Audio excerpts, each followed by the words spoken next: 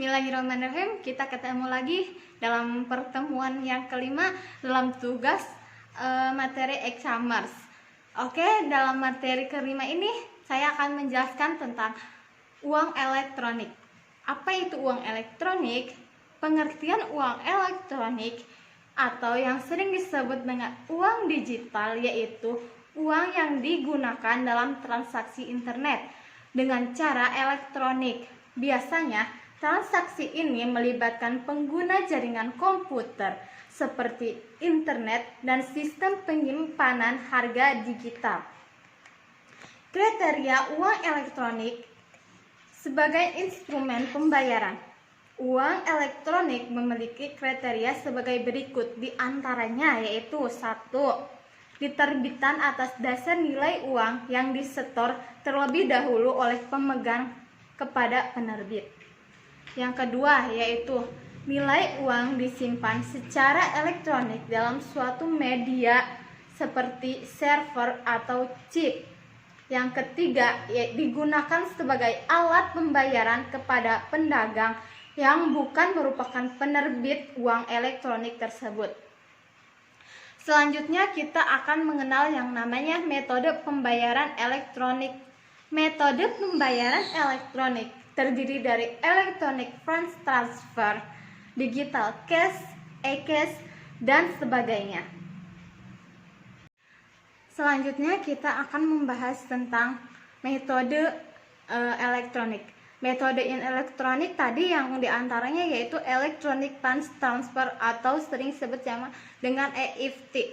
EFT pada dasarnya memeriksa elektronik. Transaksi ini kemudian diresmikan ditransmisikan elektronik melalui perantara, biasanya sistem perbankan, transfer dana dari rekening pembeli ke rekening penjual.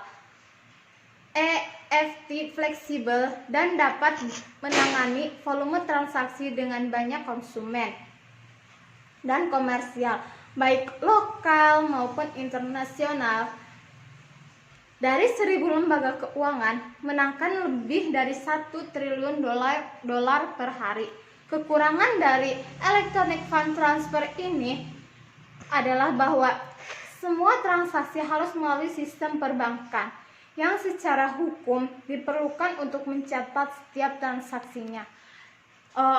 Kemudian kita akan membahas tentang digital cash. Digital cash yaitu disebut juga sebagai e-cash atau electronic cash, yaitu sistem pembayaran yang mengandung sebuah tanda tangan digital. Jadi dia mengandung sebuah tanda tangan digital atau sering disebut dengan digital signature dan dilengkapi dengan sepasang kunci public atau public key private atau public private key. Selanjutnya dalam praktiknya, digital cash dapat dibagi dalam 3 kategori. Yang pertama yaitu pengkategorian anonymous atau identification, yaitu tipe pemilik kartu anonim atau teridentifikasi dalam melakukan transaksinya. Yang kedua yaitu berdasarkan online atau offline-nya. Kategori online berarti pemilik harus berkomunikasi dengan bank secara langsung. Sementara kategori offline berarti transaksi bisa dilakukan melibatkan bank secara langsung. Yang ketiga yaitu berdasarkan smart card. Smart card valve atau valve elektronik. Pemakai smart card seperti kartu kredit layaknya kecuali smart card penyimpanan informasi uang dalam bentuk chip yang terdapat pada kartu tersebut. Selanjutnya kita akan mengenal yang namanya e-cash atau electronic cash. Sama dengan digital cash, merupakan sistem pembayaran elektronik yang dapat digunakan menarik dan melakukan setoran tunai secara elektronik melalui internet. Selanjutnya kita akan mengenal yang namanya credit cash. Credit cash merupakan kartu kredit sistem pembayaran yang aman, nyaman, dan banyak digunakan di tempat terpencil. Jutaan orang menggunakannya setiap hari untuk pemesanan barang melalui telepon. Selanjutnya, orang tersebut tanpa berpikir apa-apa dapat menyerahkan kartu mereka ke server setorannya. Dengan mudah bisa menemukan kartu untuk menuliskan rincian kartu tersebut. Selanjutnya kita akan mengenal namanya mekanisme cara digital cash. Mekanisme cara kerja digital cash. Mekanisme kerja digital cash, seorang pemilik digital cash menginstal sebuah cyber wallet di sebuah komputer. Si pemilik digital cash dapat mengisi cyber wallet.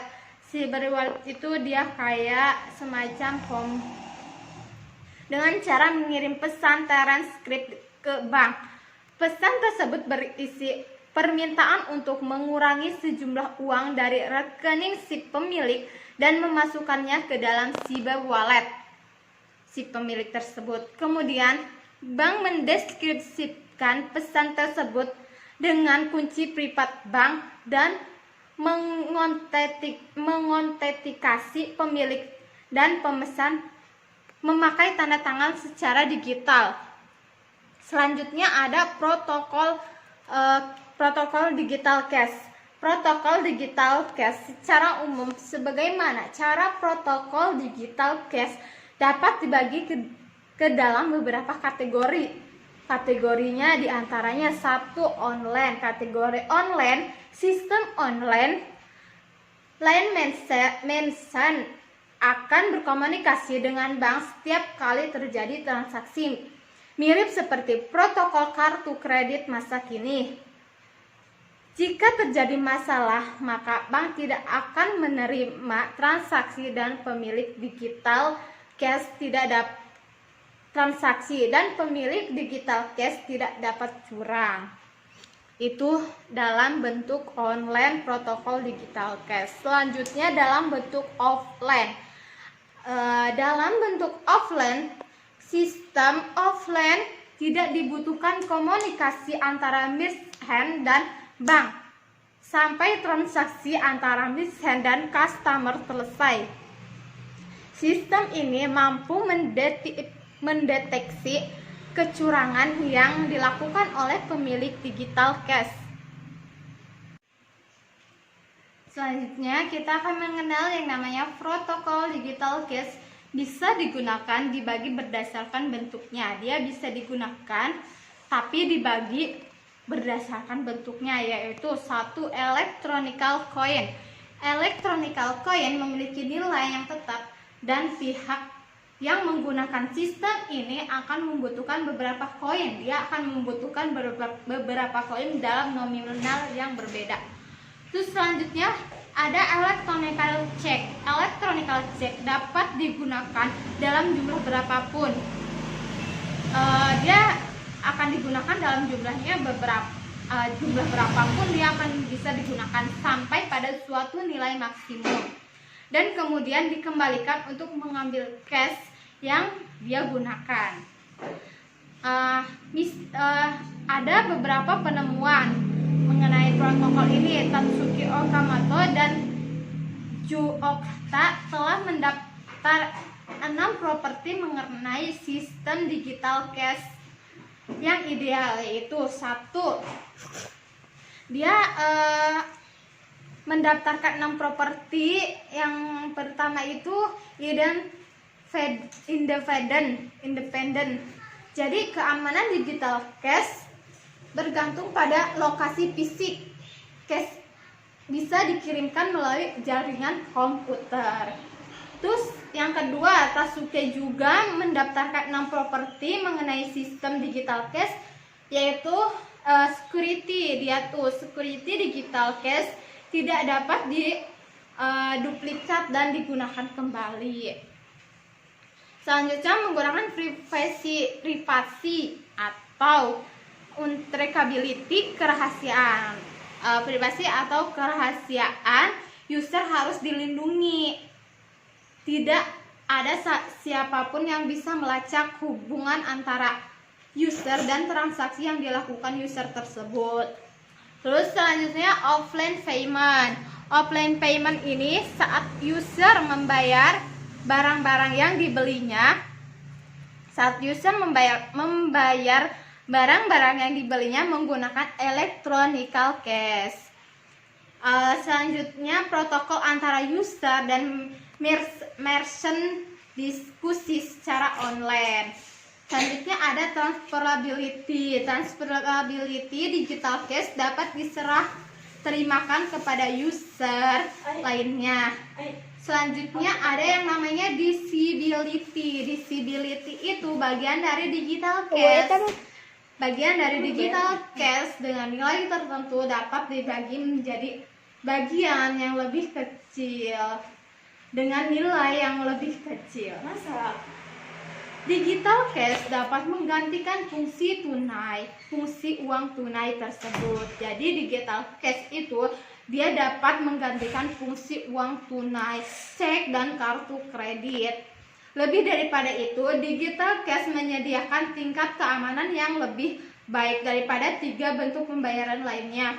Karena digital cash menghilangkan kemungkinan pelacakan transaksi pihak yang berwenang. Jadi itu pengertian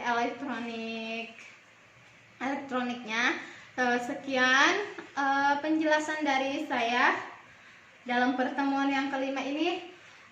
Terima kasih, mudah-mudahan teman-teman dalam keadaan sehat selalu dan bisa mengikuti pelajaran secara online ini. Terima kasih. Wassalamualaikum warahmatullahi wabarakatuh.